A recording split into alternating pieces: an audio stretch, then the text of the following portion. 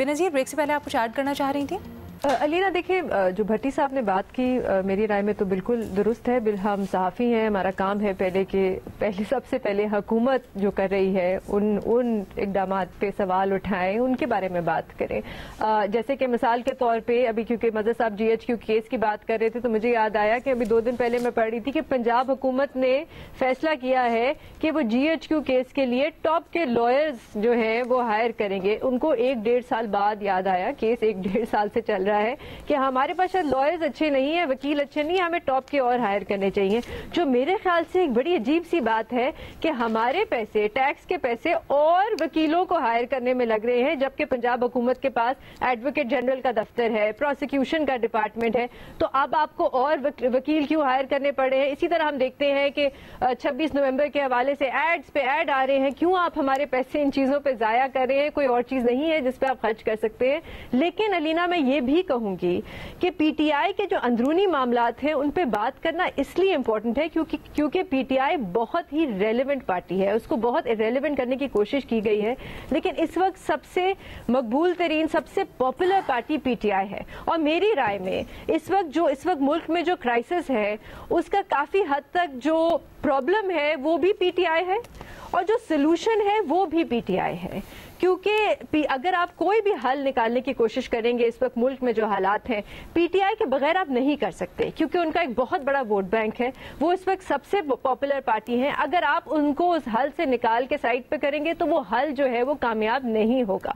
तो उनको सोल्यूशन का पार्ट बनाना बहुत जरूरी है।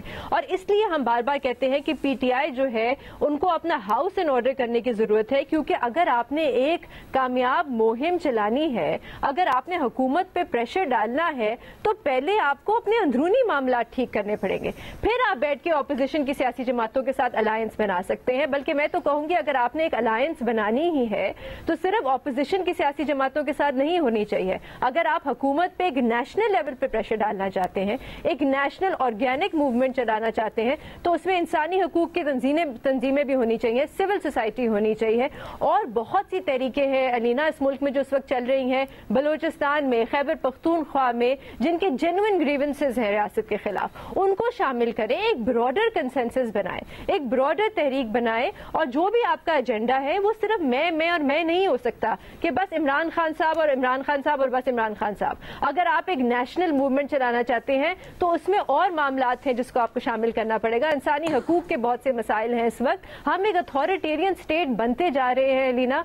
तो इस वक्त अगर PTI एक सही ऑपोजिशन की सियासी जमात बनना चाहती है, ऑपोजिशन करना चाहती है, तो जैसे मैंने कहा पहले अपने अंदर के मामला ठीक करें, एक यूनाइटेड फ्रंट बनाएं और फिर मुहिम चलाएं। भट्टी साहब, इशू बुनियादी तौर पर यह है मैडम शेख कि ये जो 26 नवंबर को हुआ है, इस पर बराए मेहरबानी, बराए करम हुकूमत झूठ मत बोले, बैठकर इस पे कोई कमीशन बनाए और इस कमीशन बनाकर इतने इंसानों की जानों को आप ना समझें। और जैसे इसहाक डार साहब उनको कह रहे थे, डिप्लोमेट्स को बड़ा तहम्मुल दिखाया, और जो डिप्लोमेटिक हलकों से जो रिपोर्ट आ रही है वो हंस रहे हैं इसहाक डार साहब पर।